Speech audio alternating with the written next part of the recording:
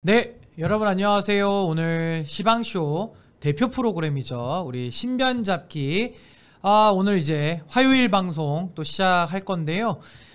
이제 이번 주부터 저희가 조금 변화를 모색해오고 있습니다. 그 변화라고 하면은 사실은 매번 현안에 대해서 그 신변잡기를 찍으면서 아침마다 여러분들께 인사드리고 한 주에 내지는 또 하루에 가장 뜨거운 그런 뉴스들을 같이 논평하고 생각해보는 시간을 가졌는데, 요즘에 이제 여러분들께서 더 잘 아시겠습니다만은 굉장히 이런 시사 이슈가 평론이나 어떤 합리적인 이성을 가지고서 어떤 논평을 하는 걸로는 거의 한계에 다다른 것 같아요. 그 이유는 양당의 이런 적대적인 공생관계도 너무 깊어졌고, 뭐 매번 나오는 내용들이 거의 뭐 정치 뉴스보다는 사실상의 그런 뭐 사법 이슈나 뭐 정책적인 내용이 전혀 없이 돌아가고 있기 때문에 저희가 결단을 내렸습니다. 더 이상의 평론은 그렇게 유익하지만은 않다. 그러면 뭘 할 것이냐라고 했을 때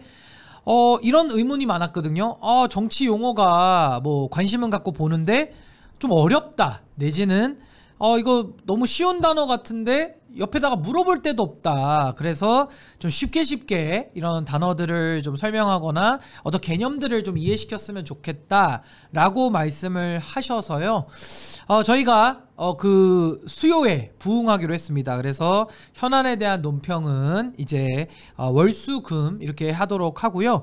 화요일 목요일은 저희가 좀 색다르게 해서 진행을 할 예정입니다. 이름하여 시방위키 시간이 열리게 된 것이죠. 시방위키로 이해해 주시면 될 것 같습니다.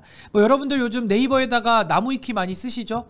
나무위키 가면 없는 게 없어요. 그래서 저도 요즘에 뭐 궁금할 때마다 네이버에서 검색해가지고 나무위키 많이 보는데, 저희는 시방위키로 가겠습니다. 그래서 시방위키에서 정치적인 단어들이나 아니면은 시사교양 단어들이나 어떤 개념들, 이런 거에 대해서 잘 모르는 거, 누구나 다 알 것 같은데 정작 나는 모르겠다, 뭐 그런 단어들도 많이 있거든요. 그래서 제가 시방 위키에 대해서 앞으로 좀 진행을 해가지고 뭐 법률적인 용어들도 제가 알기 쉽게 설명해 드리고요. 또 정치에서도 여러 가지 그런 생소한 단어들이 나올 텐데 제가 최대한 쉽고 정확하게 한번 설명을 해보도록 하겠습니다. 기대 많이 해주시고요. 우선은 사실 첫 번째로 제가 무슨 단어, 어떤 개념에 대해서 시방위키를 올릴까 하다가 보수 진보, 좌우라고 하죠. 좌우. 또 우좌라고는 안 하네요. 좌우라고 많이 하는데 보수 진보 또는 좌우에 대해서 한번 좀 설명을 드려야 되겠다, 이 생각을 좀 했습니다. 요즘에 진영 대립적 정치, 진영 대립이라고 하면은 편의상 보수 진보 내지는 좌우 이런 식의 구별을 많이 하거든요. 근데 사실은 보수 진보 이러면은 좀 철학적으로는 오래된 민주주의 시대가 열린 뭐 17세기 이후에 그런 개념들로 볼 수도 있지만은 이 보수 진보 개념이 사실은 미국에서도 양당제를 하면서 엄청 이렇게 좀 뒤바뀌어 오기도 했거든요. 그래서 제가 뭐 미국 정치까지는 너무 멀고 한국 정치에 있어서는 이 보수 진보의 개념이 어떻게 변화돼 왔고 또 좌우라는 이야기는 또 뭐냐, 여기에 대해서 제가 한번 좀 설명을 알기 쉽게 한번 드려보도록 하겠습니다. 우선 제가 소속되어 있는 국민의힘은 보수입니까 진보입니까?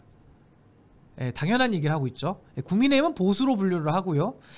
그럼 더불어민주당은 보수입니까 진보입니까? 좀 이상하죠. 뭐 진보 같기도 한데 또 하는 짓을 보면은 보수 정당 같이 하기도 하고, 이 굉장히 좀 이렇게 분류가 좀 쉽지 않은 면도 있는데, 또 어느 순간부터는 갑자기 좌파 우파 이런 얘기를 또 많이 썼단 말이죠. 그럼 국민의힘은 좌입니까 우입니까? 뭐 보통 순위 우파라고 얘기를 하죠. 그럼 민주당은 우파예요 좌파예요? 그러니까 저는 그 개념도 잘 정립이 안 돼 있는 거 아니냐, 좀 이런 생각이 듭니다. 근데 보통 좌우 이런 말보다는 보수 진보라는 용어를 많이 쓰는데요.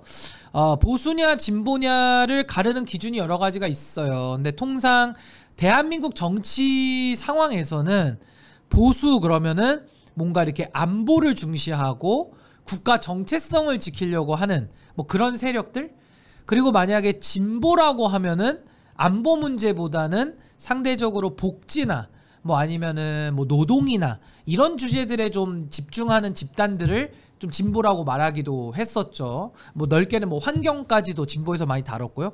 근데 이거는 사실 아젠다의 영토에 관한 문제이기 때문에 뭐 보수도 노동 얘기 안 합니까? 보수도 환경 얘기 안 하나요? 보수도 기후 얘기 할 텐데. 그리고 인구 문제 같은 거는 보수 진보를 어떻게 나눌 겁니까? 이게 어렵거든요. 그래서 저는 사실은 처음에는 아젠다 중심으로 보수 진보를 좀 나누는 경향이 컸다 이렇게 보고요. 또 하나는 보수 진보를 나눌 때 뭔가 보수는 정체성 내지는 국가 공동체, 그러니까 전체죠. 집단을 먼저 생각하는 거를 소위 말하는 좀 보수 집단이다, 보수다 이렇게 얘기를 했었고, 진보 그러면은 공동체보다는 개개인, 그러니까 개인이죠. 개인. 네, 개인. 그 개인의 자유나 그 개인의 평등이나 이런 거에 집착하는 게 진보 이렇게 설명을 했었거든요. 또 전통적으로. 근데 이것도 좀 요즘 많이 바뀌고 있어요. 예를 들면 보수정당이라고 하는 국민의힘에서 개개인의 자유를 더 얘기를 많이 합니다. 오히려 민주당에서 개인의 자유 얘기 덜 합니다.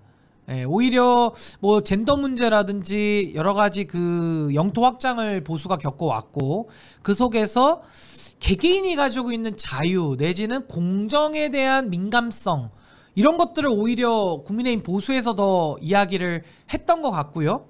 또 하나는 그 강제북송 사건 기억하시죠? 대북 그 강제북송 사건에서도 보수정당에서 오히려 그 강제북송된 그 사람의 인권, 자유, 그분의 뭐 생존권 이런 거를 오히려 개인의 자유를 더 얘기를 했었고, 오히려 민주당에서 아니 그 사람이 사회에 나오면은 살인범인데 사회에 좀 해롭지 않냐 이러면서 우리 집단의 안전, 안위 이런 것들을 좀 민주당이 얘기도 하고, 그래서 사실은 전통적으로 보수가 집단의 안정, 집단의 뭐 생존 이런 거를 많이 주장해 왔더라면은, 또 최근에는 보수가 또 오히려 파편화된 개인들의 그 개인들의 자유나 또 여러 가지 권리 보장에 더 천착해 오면서 이런 기준도 좀 이제 안 맞는 것 같아요.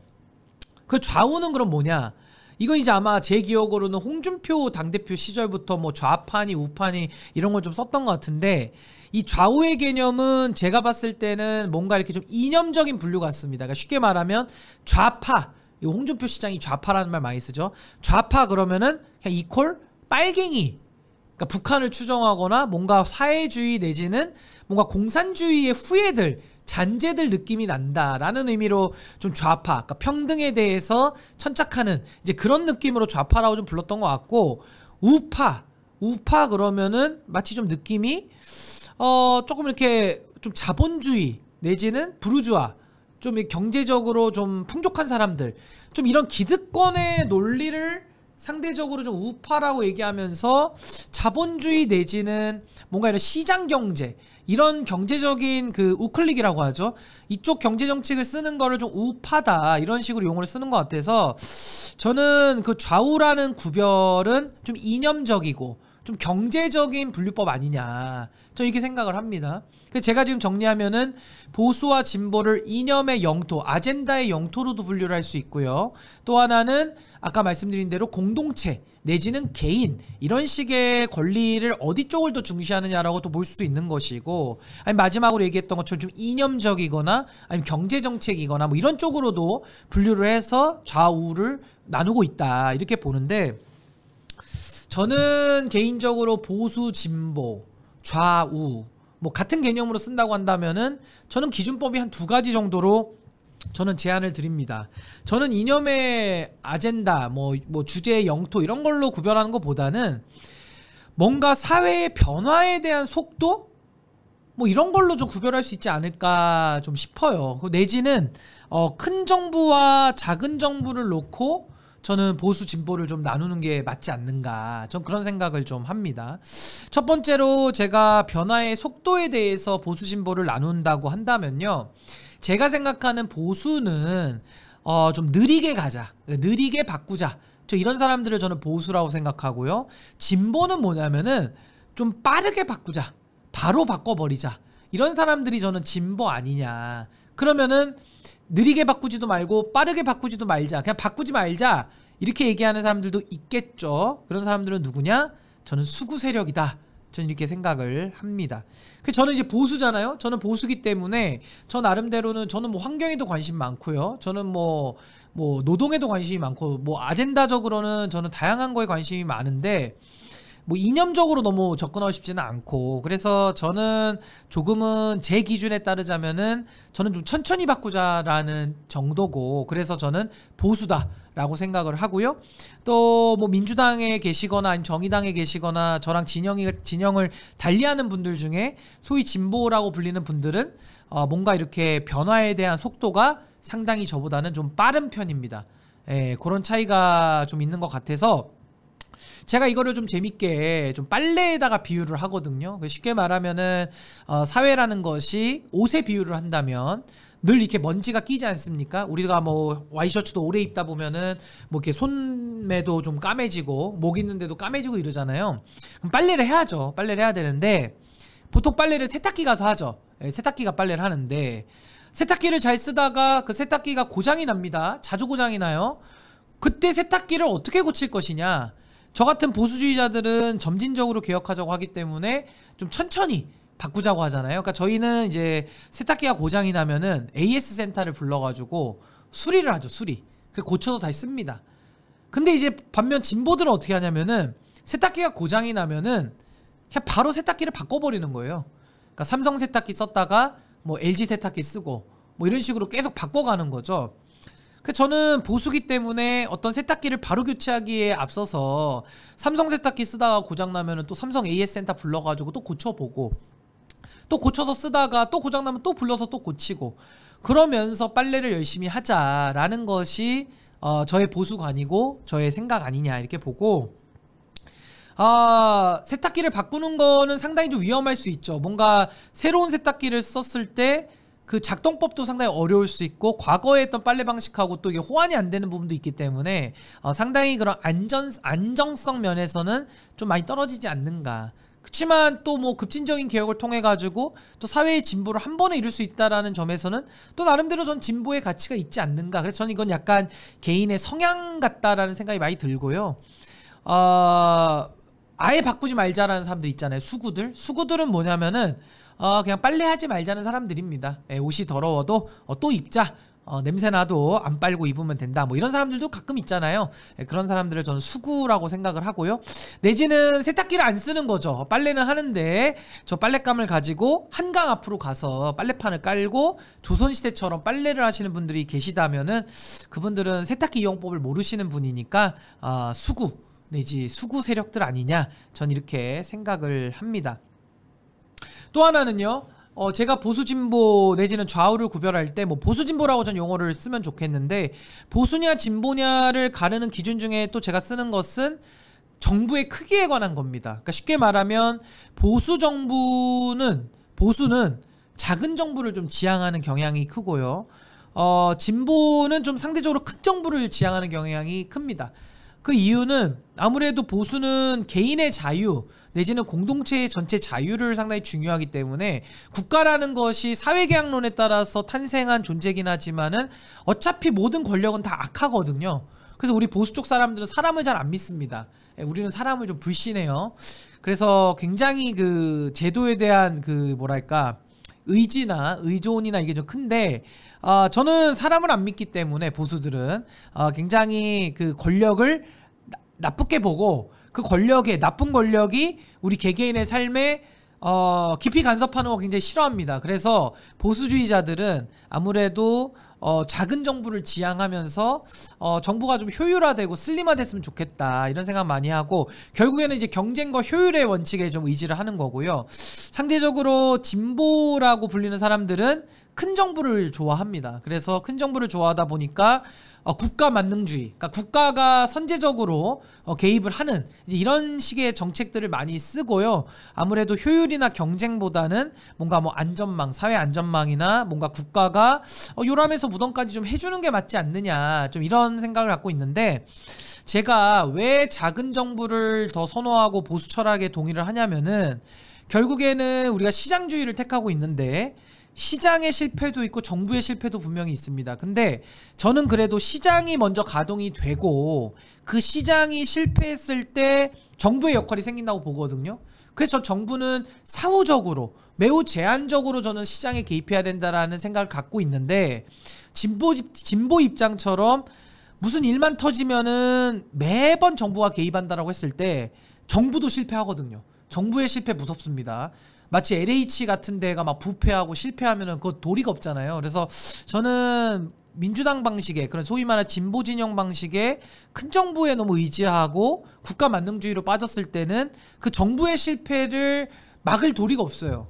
그래서 저는 오히려 작은 정부를 지향하면서 정부 효율화도 꽤 하고, 오히려 정부가 시장의 실패가 났을 때 제한적으로 개입하는 것이 오히려 또 우리 사회의 전체적인 그 발전에 있어서는 더 긍정적이다, 전 이렇게 생각을 합니다.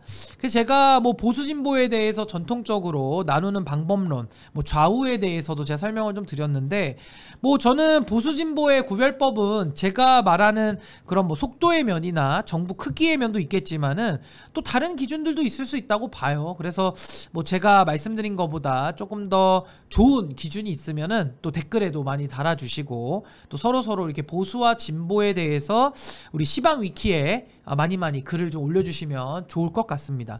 그리고 제가 뭐 댓글도 다 읽고 있으니까 혹시 뭐 좋은 주제들 생각나시면은 이거 시방 위키에서 해주세요 라고 하면은 옆에다가 시방 위키 이렇게 써주시고 어떤 주제, 개념 이런 거 써주시면은 제가 알기 쉽게 아주 이해 쏙쏙 되도록 앞으로 열심히 한번 해보도록 하겠습니다. 오늘 시방위키 첫 시간이었고요. 보수 진보 좌우에 대한 구별에 대해서 한번 설명드려봤습니다. 많이 유익하셨나요? 계속 할까요? 네, 그래서 앞으로 시방위키 많이 사랑해 주시면 저희가 열심히 준비해서 하도록 하겠고요. 앞으로도 시방쇼가 정치, 뭐 경제, 문화 뭐 이런 걸 넘어서서 뭐 법률, 뭐 다른 뭐 연애, 뭐 다른 진로, 뭐 여러 가지 분야들이 있기 때문에 저희 시방쇼가 더 많은 컨텐츠를 만들어 나갈 수 있도록 열심히 노력하겠다는 자세와 각오를 약속드리면서 오늘 시방위키는 첫 번째 시간 여기서 마무리하도록 하겠습니다. 들어주셔서 감사합니다. 시바.